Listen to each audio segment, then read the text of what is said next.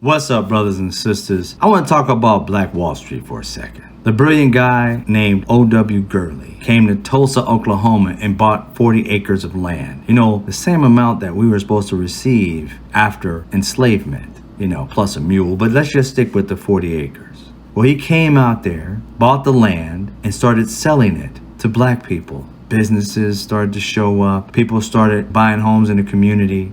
I want you to look at the destruction of Tulsa, Oklahoma, the massacre of Black Wall Street. Check this out.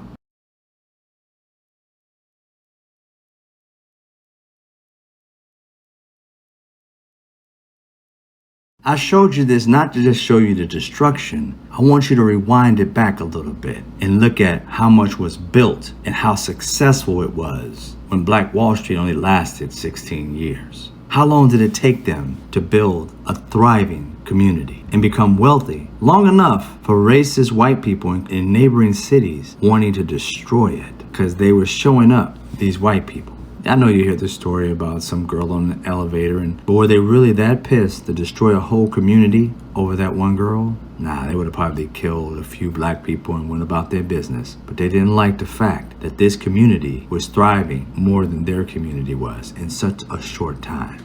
Now, how did it happen? Well, it's said that anywhere between 20 to 100 times the dollar would cycle in their communities before it left to go to any other community. That would mean there's wealth being built right there in Tulsa, Oklahoma, Black Wall Street. And they couldn't have that. Now, why did I want to talk to you about Black Wall Street? It's because I have a business called Black Dollar Fund, and I consider it the new and improved Black Wall Street. Now, before, they could destroy everything we had because it was all centralized in one community. Well, black people live everywhere. And we're not talking about moving into the same community. We don't have to do that. But what we can do is invest in each other in the communities that we're in. My business is $3, $10, and $25 a month. But the money is cycled in black communities, black businesses, creating wealth for us. It's about time. Check out Black Dollar Fund, creating opportunities and building wealth for black people.